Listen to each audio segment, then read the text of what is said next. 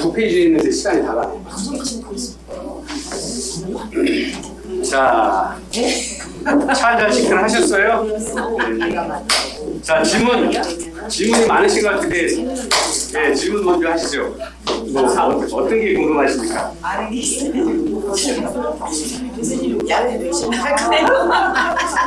제일 중요한 질문. 11시 반에 나가시면 안 됩니까? 좀 일찍 나왔으면 되죠. 아, 그러세요? 아니 꼭 거긴 아니고 일찍 나갔어요. 네, 그럼 5분 앞에 11시 25분에.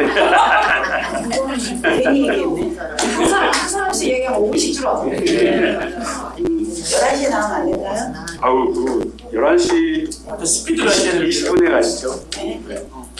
자, 여러분들이 책 공부할게요. 실험 설계 평가에 대한 것들을 충분히 이해하시면 사회복지 현장에서 하는 대부분의 평가를 왜 해야 되는지, 어떤 절차에 의해서 하는지, 그리고 이 실험 결과값들에서 이야기하는 것들이 뭘 의미하는지, 이걸 또 어디다 또 그러면 피드백하고 활용할 수 있는지, 이런 것들을 이해하실 수 있게 되실 거예요. 그리고 가장 중요한 건 조사론이나 이런 곳에서 공부하는 것 중에 하나는 논리성이에요.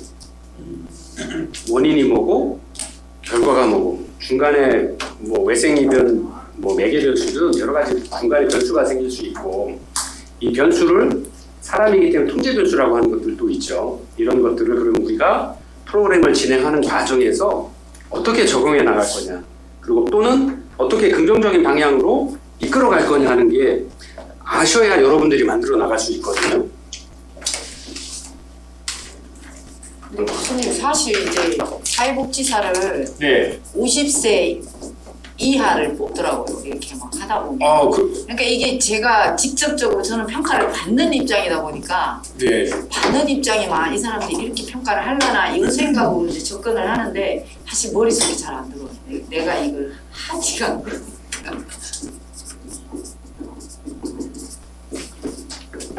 머릿속에 속도가 안 돼. 직접 하시니까 몰라. 모르겠는지. 이게 한 틀 안에서 이루어져야 되죠.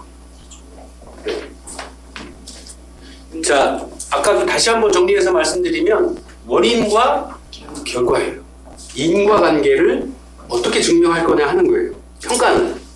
네, 그래서 그 평가의 값을 양적으로 할 거냐, 질적 평가를 할 거냐, 아니면 뭐 여러 가지 여러분들 공부하신 것처럼 시작을 할 때부터 할 거냐, 뭐 중간에 할 거냐, 아니면 끝나고 하는 총괄 평가를 할 거냐, 외부인이 할 거냐, 내부인이 할 거냐, 뭐 굉장히 실험 방법에 따라서는 굉장히 다양하게 구별이 되어 있습니다. 근데 그런 모든 것을 다 하나로 제끼면 원인이 뭐고 결과가 뭐고, 그래서 값이 수치로 뭐다 하는 걸 보여주면 돼요. 예, 그 모든 것들은 그 과정이거든요. 그 과정에서 어떻게 어떤 방법으로 가느냐의 문제인 거죠. 서울에서 제주도 여행 갈 때 비행기 타고 갈 거야, 배 타고 갈 거야, 차 타고 가다가 비행기 탈 거야, 기차 타고 가다가 배 탈 거야. 굉장히 달라요. 다만 여러분들이 프로포잘을 내고 또는 여러분들이 기관장이 됐을 때 좋아, 방법은 니들 알아서 해. 사회복지사들 여행 가는 니들 마음대로 해. 제주도 갔어? 나중에 서울 돌아왔어? 이게 중요한 거잖아요. 네. 안전하게 갔다 왔어? 이게 제일 중요한 거잖아요. 그러면 거기에 외생 변수와 매개 변수라고 하는 건 프로그램의 원인과 결과를 진행하는 과정 중에서 사회복지사가 될 수도 있고요. 또는 그 클라이언트와의 환경의 문제가 될 수도 있고요. 기관의 환경의 문제가 될 수도 있고요. 예를 들어 100원만 쓰는데 1000원이 될 수도 있는, 금전적인 문제가 될 수도 있는 거고요. 통제 변수라고 하는 건 이런 거죠. 성별의 문제, 직업의 문제, 교육 수준의 문제, 그 사람을 둘러싸고 있는 환경이나 가정의 문제, 예, 재정적인 문제, 보건의 문제, 건강에 관한 문제 해당이 될 수 있죠. 이런 건 통제 변수죠. 예. 아, 이거 조사론에서 공부하신 거예요, 다. 네. 네. 어렵게 생각하지만 그냥 이런 게 있구나 하고 들으시면 돼요. 그래서 이런 것들이 원인과 결과에 어떤 영향을 미치더라 하는 거예요. 아까 말씀드린 것처럼 저는 제주도에서 휴가 줄게. 제주도 갔다 와. 제주도 서귀포 카호텔에 니들 2박 3일씩 다 끊어놨으니까 비용 생각하지 말고 갔다 와. 했는데 나머지는 알아서 해라 이거죠. 사회복지사 네가, 기관이 네가 돈을 니들이 이렇게 간다고 해서 내가 그래 재정지원처에서 돈 그래 따져보니 니들이 이렇게 예를 100만 원 달라고 했는데 오케이 100만 원 줄게. 결과 갖고 와. 갔다 왔으면 이런 거거든요. 예. 다만 이것이 사회과학이고 객관적으로 증명되기 위한 것들을 증명되기 위해서는 나와서 사용되고 있는 수치나 값들이 나도 인정할 수 있어야 되잖아요. 또 이걸 보고 있는 다른 평가를 하고 있는 다른 사람들 그리고 프로그램에 참여했던 사람들도 맞아요. 그거 100원 썼고요. 갈 때 즐거웠고요. 올 때도 즐거웠어요. 그래, 안전하게 갔다 왔어요. 라는 이야기가 다 나와야 되는 거죠. 그게 우리가 이야기하는 만족도 조사 또는 좀 더 학문적으로 타당도, 신뢰도의 문제가 되는 거죠. 그래서 여러분들이 과정 중에 있으시면서 근데 왜 프로포자를 해서? 자, 프로포자의 절차들을 한번 볼까요? 처음에 재정지원청에서 우리 모집할게요. 지원 요청합니다. 그럼 각 기관별로 사회 문제가 이런 게 우리 지역은 이런 문제가 있고요. 제출을 하죠. 예. 그리고 제출을 해서 심사하고 평가해서 준다 만다를 이야기를 하는데 제출을 하는 프로포자를 만드는 과정에 있어서 상대방을 설득시키기 위한 방법은 원인이 이런 거고요. 중간에 우리는 이런 재원을 가지고 있고요. 결과를 이렇게 낼 겁니다. 라고 했을 때 아까 말씀드린 것처럼 A는 B냐 A는 B가 아니냐 둘 중에 어느 걸 선택할게 라고 하는 게 은연중에 평가자들은 있는 거예요. 왜? 다양한 아까 말씀드린 연가설 표현은 그렇게 합니다만 대립가설 이야기를 말씀을 드렸습니다만 거꾸로 재정지원처 돈주머니인 제 입장에서 보면 재정을 지원을 프로포자를 내라고 할 때 A만 준 게 아니거든요. 여러분들 기말고사 때도 제가 4가지 드릴 거거든요. 보안각서 다 받고 네 4가지 중에 한번 다 읽어보세요. 왜냐면 몇 페이지 안 되는 걸로 줄였어요. 필요 없는 거 다 줄였고 저희는 한 권으로 받는 300페이지짜리 한 권으로 받는 건데 해당되는 것들 한 7, 8페이지씩을 줄여서 4가지를 드릴 거예요. 한 30장 정도 A, B, C, D 기관 거를 그거 읽어보고 다 들어있어요. 문제가 뭔지 자기네가 왜 이 프로그램을 제안을 하는지 비용은 얼마가 들 건지 사회적인 영향은 어떻게 될 거고 평가는 어떤 방법을 할 건지가 다 그 페이지 안에 다 들어있어요. 예. 그럼 여러분들이 이런 생각을 가지고 한번 보세요. 원인이 뭐고 자기네들이 외생변수나 통제변수를 어떻게 통제를 하고 어떻게 운영을 해 나갈 거고 기관에서 그래서 결과를 어떻게 낼 거냐 당초 원인으로 생각했던 이런 문제들을 어떻게 풀어나가느냐 하는 것들을 8페이지 안에서 살펴보셔야 돼요. 그리고 거기서 제공하는 그 사람들이 평가를 해서 우리는 이런 결과값을 얻을 겁니다. 그래서 그 결과값들이 사회에 이런 영향을 미칠 거라고 예상이 됩니다. 라고 하고 사후관리를 어떻게 하겠습니다 했을 때 그것이 구체적이고 실천 가능한 일 보셔야 돼요. 네. 현재 실제 실천가. 그리고 그 당신의 기관의 능력으로 정말 가능해? 라는 것들을 기관 속에서나 기관 안에서 또 있는 기관도 있고 없는 기관도 있는데 그 인원 가지고 돼? 직원 뭐 한 5명 가지고? 직원 뭐 10명 가지고? 그걸 다 할 수 있어? 라고 볼 수 있는 거죠. 다 보시는 거예요. 근데 그 근간이 요거예요. 그래야 구체적인 거 하죠. 사회, 우리가 관심 있는 문제는 왜냐면 늘 매스컴을 보고 아니면 여러분들도 관심이 있기 때문에 쉽게 동의하고 이해하실 수 있는 부분이 있잖아요. 근데 이 문제를 어떻게 풀어나갈 거가 제일 중요하죠. 그리고 그게 어떻게 얼마나 사회과학적이고 그 다음에 그것에 대한 효과를 어떻게 검증해 나갈 거냐 하는 부분들이 제일 중요하잖아요. 왜냐하면 우리는 효과성과 효율성을 따지기 때문에 정말 문제를 해결할 수 있는지 그리고 정말 최소의 비용으로 그 문제를 해결하기 위한 노력을 할 수 있는 기관인지 그런 거잖아요. 네. 효과성과 효율성의 검증을 어떻게 할 거냐가 바로 여기 있는 거죠. 실험 설계 방법을 통해서 한다 이거죠. 예. 그리고 이 실험 설계가 가지고 있는 문제점들을 이해하실 수 있어야 되는 거죠.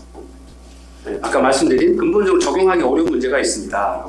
신뢰성의 문제, 그 다음에 변동성의 문제, 그 다음에 그 문제를 정의해서 풀어나가는 과정에 여러 가지 외생 변수가 생길 수 있다라고 하는 것들을 이해하고 보셔야 되는 거죠. 그렇다라고 그러면 거꾸로 다른 사람이 낸 제안서를 너네 외생 변수 어떻게 통치할 건데? 하고 물어보실 수 있어야 되잖아요. 그리고 그 예상되는 문제 어떻게 풀어갈 건지에 대한 것들을 보셔야 되는 프로그램 방향에서 예, 어떻게 진행하겠습니다 하고 나와 있으니까요. 그런 것들을 객관적으로 바라보시고 평가할 수 있어야 되는 거죠. 인과관계라고 하는 건 이 세 가지입니다. 선후성, 원인은 결과보다 항상 먼저 일어나야 된다라고 하는 거예요. 결과는 항상, 원인은 항상 먼저 앞에 있고 결과는 뒤에 있어야 된다 이거죠. 선후성. 원인이 없는 결과는 없다라고 하는 겁니다. 음식을 잘못 먹었으니까 배가 아픈 거지 배가 아파서 음식을 잘못 먹은 게 아니거든요. 결과에서는 이렇게 원인과 결과가 분명하게 구별이 될 수 있어야 된다라고. 이게 지켜지지 않는 평가 방법은 B 잘못된 겁니다. 두 번째, 상관성.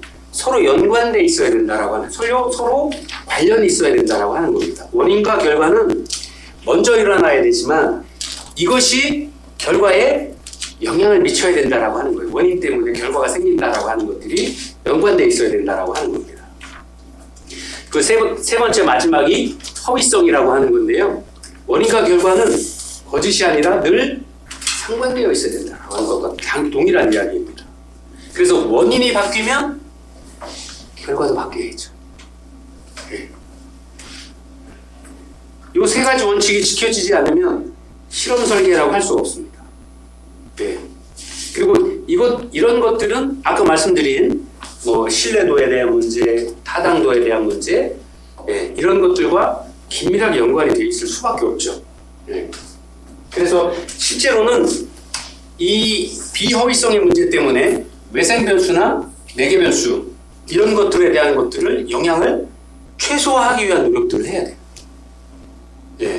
그리고 여기 통제 변수라고 하는 것들은 이러한 각각의 케이스를 가진 사람들을 한 군데 모을 거냐, 아니면 우리가 실험 집단과 통제 집단을 나눌 때 이런 어떤 통제 변수에 따라서 예를 들어서 일정 기간, 일정 수를 두는 거죠. 남녀의 비율을 통제한다거나 직업군을 통제한다거나 사무직인지 행정직인지 현장직인지 아니면 다양한 부분에 있어서의 나눠놓을 건지. 그래서 실험 집단과 통제 집단을, 실험 집단은 프로그램에 참여하는 분들이라고 했잖아요. 통제 집단은 실험 집단에 참여한 사람들의 변화를 비교하기 위한 다른 비슷한 문제를 가지고 있는 다른 비교 집단은 통제 집단이라고 한다고 말씀을 드렸잖아요. 이 통제 집단을 어떻게 나눌 거냐 하는 거예요. 실험 집단과 통제 집단. 그때 이 통제 변수에 대한 것들을 실험 집단과 통제 집단에서의 통제 변수로서 구별을 잘 해줘야 됩니다. 무조건 섞는 게 아니고, 그렇죠? 적정한 통제 변수, 통제 안에 넣어서 줘야 돼요. 모집단을 구별을 해, 모집단과 비슷한 문제 있는 집단들을 유사 집단으로 만들어서 그걸 통제 집단으로 운영을 해내갈 수 있어야 된다라고 하는 거죠. 이런 것들에 대한 기초적인 고민이 없으면 이 실험 설계의 값을 신뢰할 수가 없어요. 그리고 이 비교한 실험 집단과 통제 집단을 비교해서 사전 사후 검사를 하는 비교 값들이 유의미합니다라고 주장을 할 수가 없어요. 그리고 실제로는 아까 그 P값이 0.05보다 낮다라고 하는 것들을 이렇게 하지 않으면 이걸 P 0.05보다 다 커요. 실제로 엄격하게 아까 말씀드렸죠. 플러스 95% 신뢰 수준이 무조건 도달해야 돼요. 그래야 논문으로서 인정받아요. 아니면 값으로 인정을 받아요. 96% 나오면 B 인정하지 않습니다. 근데 실제로 여러분들이 박사나 석박사 논문을 쓰시면 죄송한데 실제로는 한 96, 7% 나와야 돼요.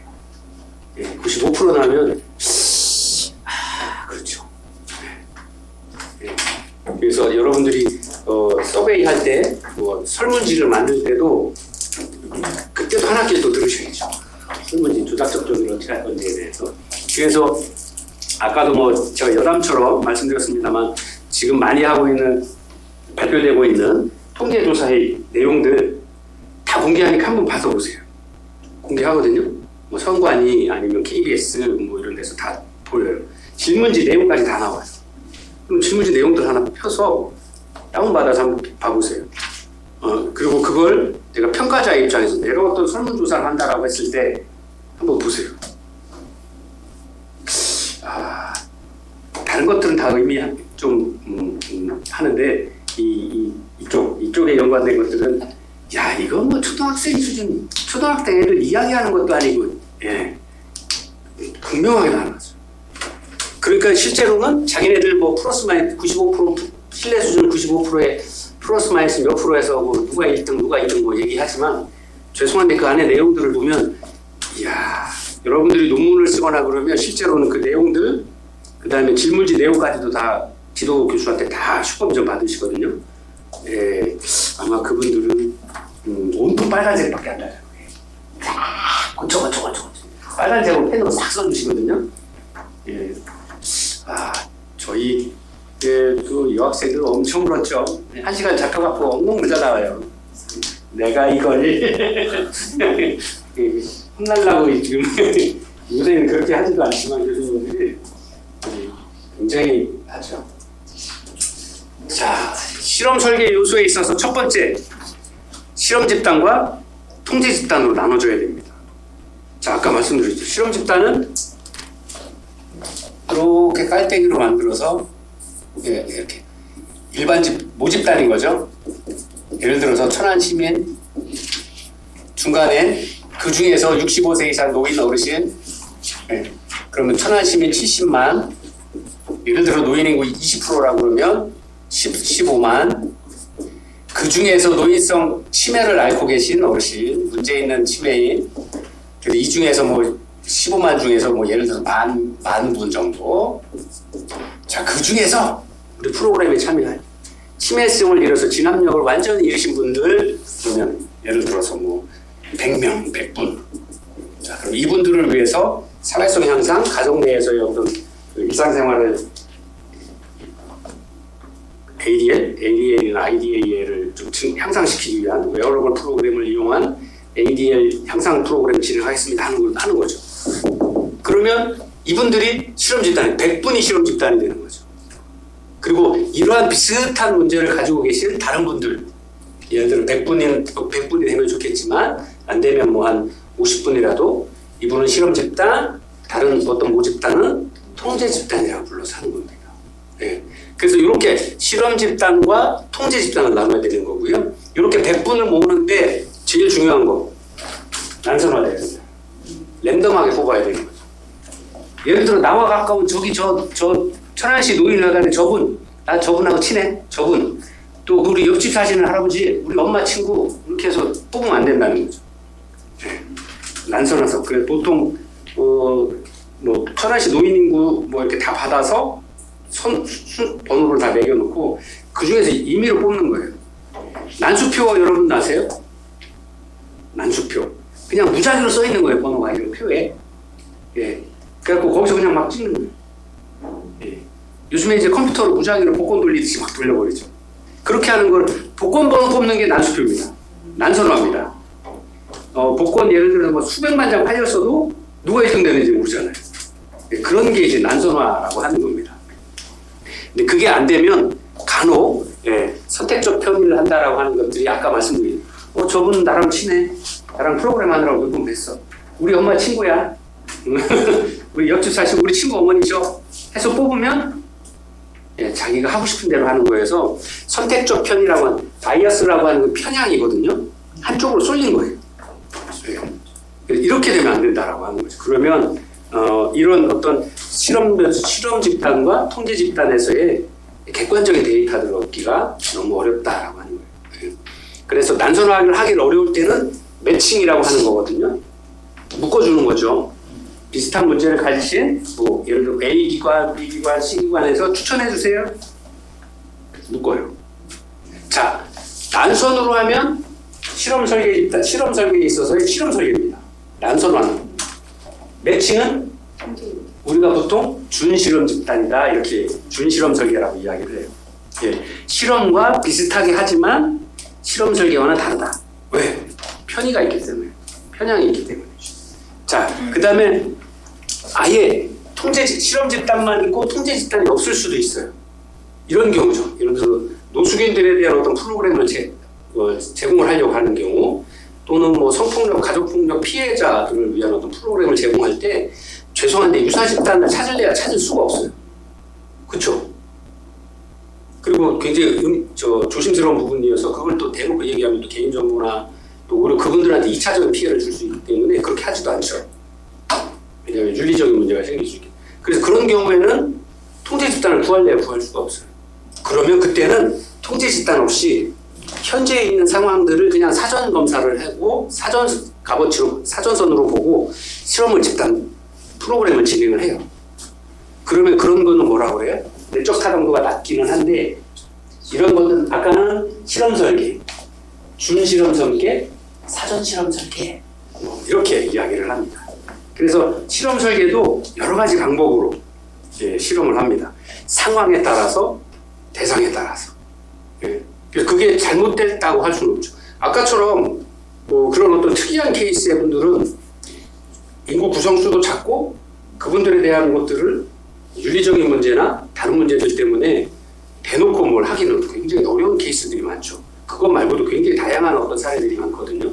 그래서 그랬을 경우에는 꼭 실험 설계를 고집하는 것이 아니고, 자, 그러면 여러분들이 제안서를 낼 때 여가부에 예를 들어서 성폭력, 가정폭력 피해자들을 위한 프로그램 제안합니다.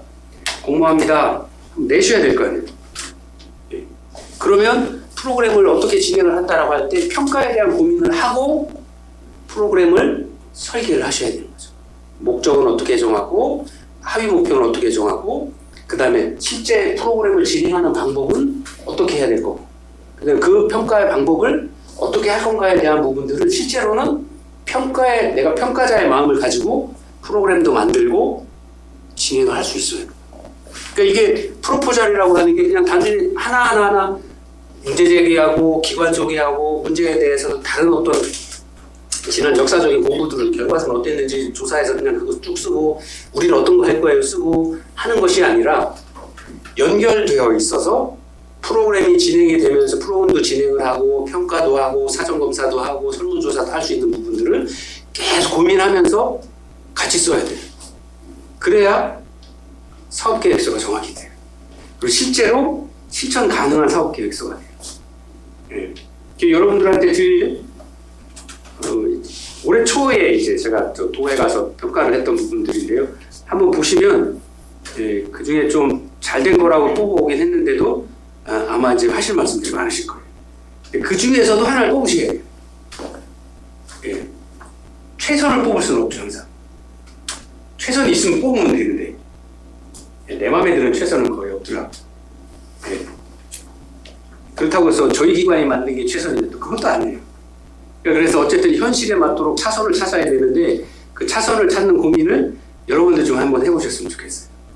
그러면 지금까지 공부하신 것들을 다 이렇게 다 생각 나셔야 될 거예요.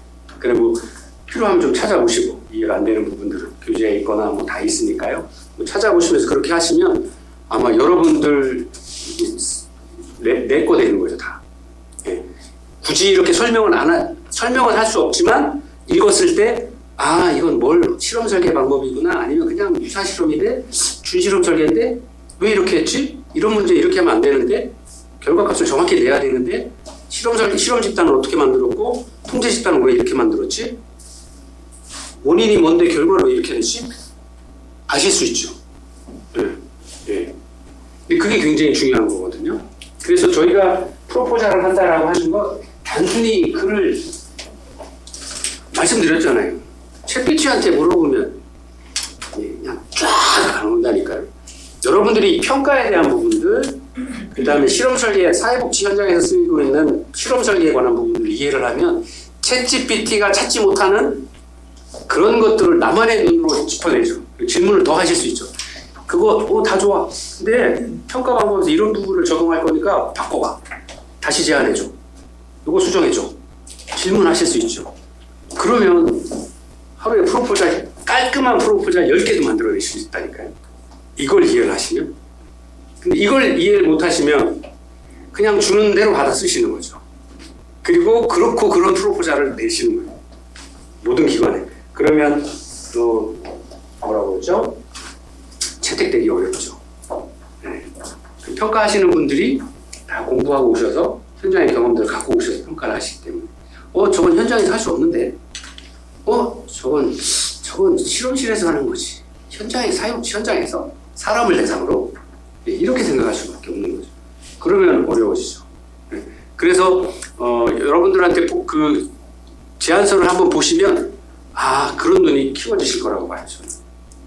저희 기관에도 어떤 부서는 막 분기 하나씩 막 계획한 4개를 착착착착착 세우고 벌써 이제 9월에 뭐 어디 나올 것 같아요. 그러면서 준비하는 부서도 있고요.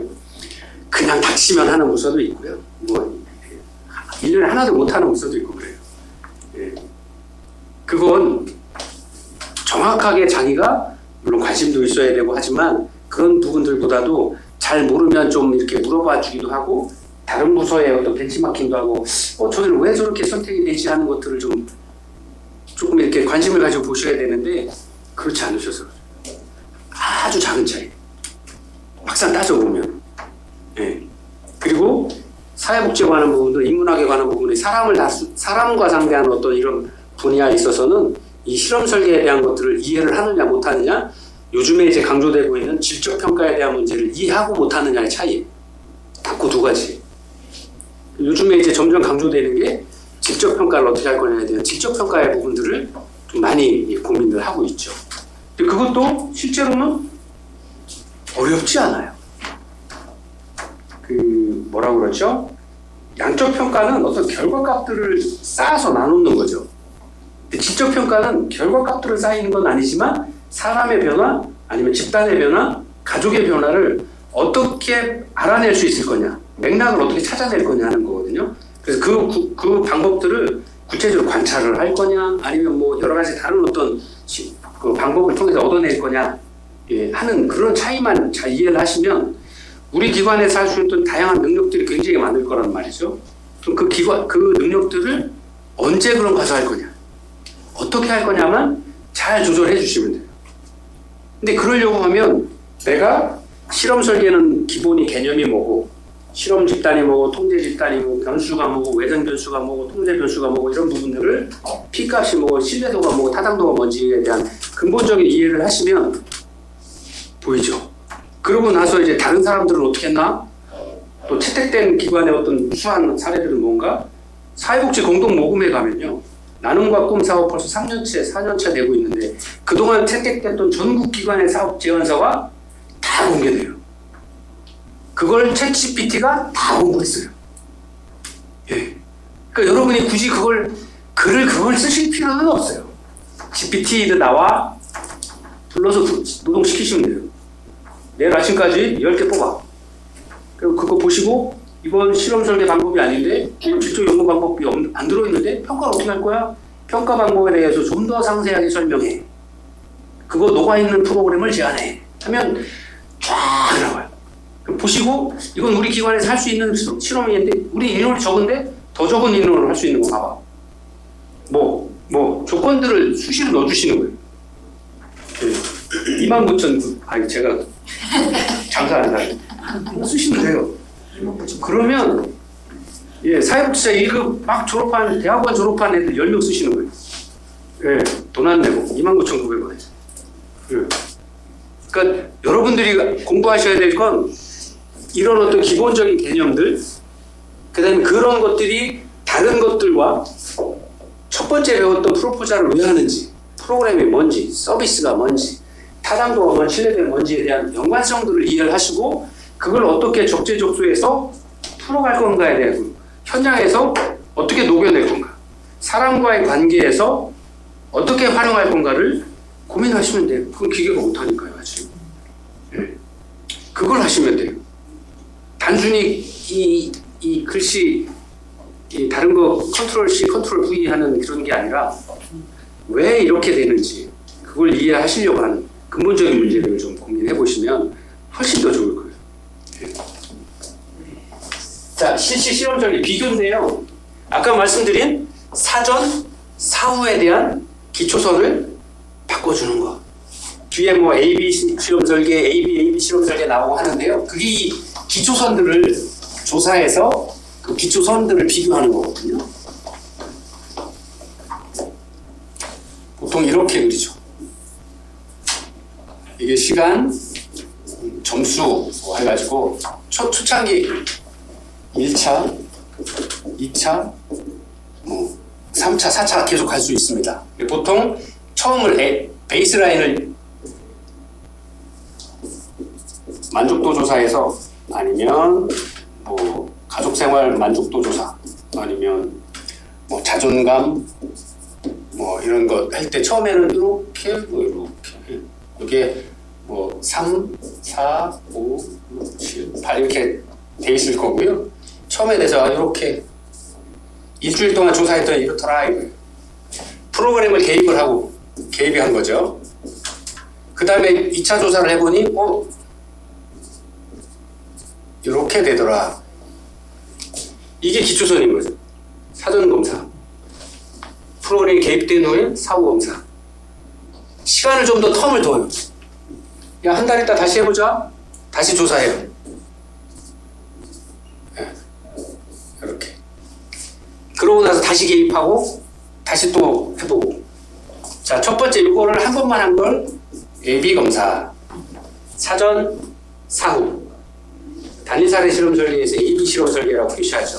또는 B, A, B 검사도 있습니다. 사후 검사를 먼저 하고 결과값에 대한 검사를 먼저 하고 사전 검사하고 기초선 조사하고 다시 프로그램 개입해서 합니다. 또 반복하면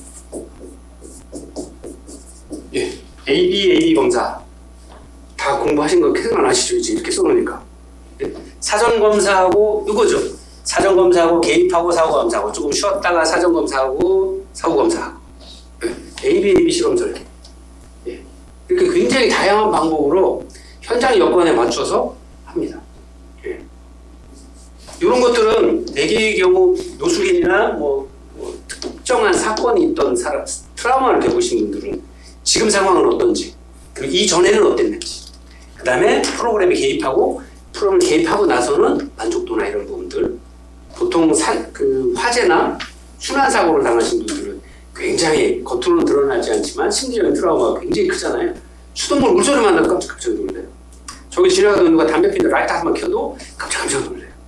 현 상황을 조사를 하고 그런 여러 가지 질문들을 통해서 그 다음에 이전에 이런 트라우마를 겪기 전에 일상생활에서는 어떻었는지를 조사를 하고 개입하고 지금의 상태를 사후 조사를 하고 굉장히 다양하게 방법으로 실험 설계를 하실 수 있습니다.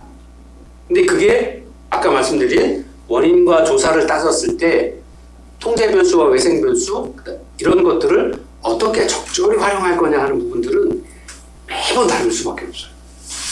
그리고 통제 변수에 따라서 성별에 따라서 그 사람들이 느끼는 환경이나 도시에서 사시는 분들인지 농촌인지 어촌인지 산림지역인지 따라서 다르기 때문에 실험 설계 방법들은 여러 가지가 있지만 이 방법들을 현장의 여건에 맞추어서 적용할 수 있는 어떤 능력들을 키워야 되는 거죠. 컴퓨터는 못해요. 그렇죠? 매번 사람들을 다 확인해야 되기 때문에 그걸 사람은 사회복지사 선생님들은 현장에서 만나서 하실 수 있어요. 그래서 이런 것들을 이렇게 공부를 하는 겁니다. 이 사전 사후 검사할 때 아까도 말씀해 주셨던 것처럼 척도가 굉장히 중요하죠. 표준 척도. 조작적 정의라는 단어가 아직도 좀 헷갈리실까요? 아니시죠? 연가설을 조작해서 대립가설로 만든 게 조작입니다. 임의로 만든 게 아니고 사람은 죽는다? 아니요, 사람 안 죽어. 이게 조작적 가설입니다. 쉽게 말씀드립니다. 그래서 둘 중에 하나를 증명하면 되는 거죠. 사람은 안 죽어를 증명했으면 연가설이 채택이 되는 거고요. 둘 중에 하나 증명해서 떨어뜨리고 남아있는 것들을 채택하는 거거든요. 예. 근데 대개의 경우 연가서를 무시하는, 연가서를 기각시키는 것들이 훨씬 편하죠. 예. 그래서 대개 연구 논문이나 많은 여러분들이 읽고 계시는 많은 논문들이 연가서를 기각시키는 연구 결과들을 내놓습니다. 그래서 이렇게 나올 거라고 예상을 하고 조사를 하고 했는데 그게 값이 전혀 그렇지 않습니다. 유의미하지 않습니다라고 하면 기각되고 반대되는 대립가설이 채택이 되는 거예요. 참인지 거짓인지를 증명하는 거죠. 그게. 예. 조작가설은 참으로 증명하기가 어려울 때 거짓을 먼저 증명할 수도 있다라고 하는 거예요. 거짓을 가설로 세우고 그 가설을 증명하는 겁니다. 참인지 거짓인지를 증명해내는 거죠. 예. 그러니까 어렵지 않습니다. 그래서 질문을 던졌을 때 예를 들어서 뭐 지금은 그런 분들 많이 안 계시지만 뭐 글을 모른다거나 옛날에 많으셨죠. 초창기에. 그러면 그분들한테 한글 교육을 한다라고 그랬을 때 질문들을 어떻게 던질 건가 하는 거예요. 다 글로 왔잖아요. 글로 돼 있잖아요. 왜 꼭 글로 해야 돼요? 말로 해도 되고 옆에서 풀어줘도 돼요. 그런 다양한 방법들을 제안을 할 수 있게 되는 거죠. 예. 그래서 그런 것들을 조작한다라고 하는 거거든요.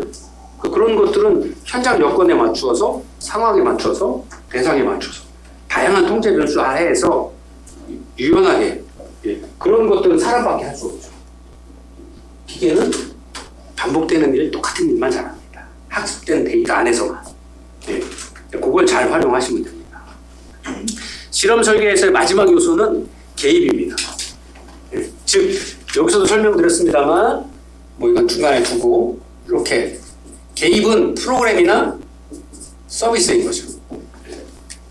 이런 문제를 가지고 있는 친구들에게 프로그램을 제공하고 또는 서비스를 제공을 하고 그 결과값이 이렇게 바뀝니다 하는 것들을 구체적으로 효과적으로 효율적으로 표현해 주는 거죠. 그래서 그런 어떤 개입의 효과들을 프로그램의 효과 또는 서비스의 효과들을 직접적으로 보여주기 위한 방법이 실험 설계의 가장 중요한 부분들이다. 실험 설계는 다시 원점으로 돌아가면요. 우리 사회복지 프로그램이 또는 내가 제안하는 프로포잘 내용이 얼마나 효과적일 것이냐 하는 것들을 증명하는 방법입니다. 그리고 가장 현재 많이 사용되고 있는 방법들이고. 그래서 여러분들 사회복지 프로그램 뭐든지 참여, 아까 말씀하신 학교에서의 그 수업 평가 만족도도 이 단위사례 실험 설계입니다. 한번 보면 수업이 다 끝난 후에 사전 검사를 저희는 안 하죠 대신. 그래서 그냥 단순히 B인 거죠. 사전 검사 없이 그냥 만족도 조사만 하니까. 근데 이 사전 검사라고 하는 게 개입이라고 하는 것이 학교에 15학기 동안에 그 각 개별 교수님과의 서비스인 거죠. 프로그램인 거죠.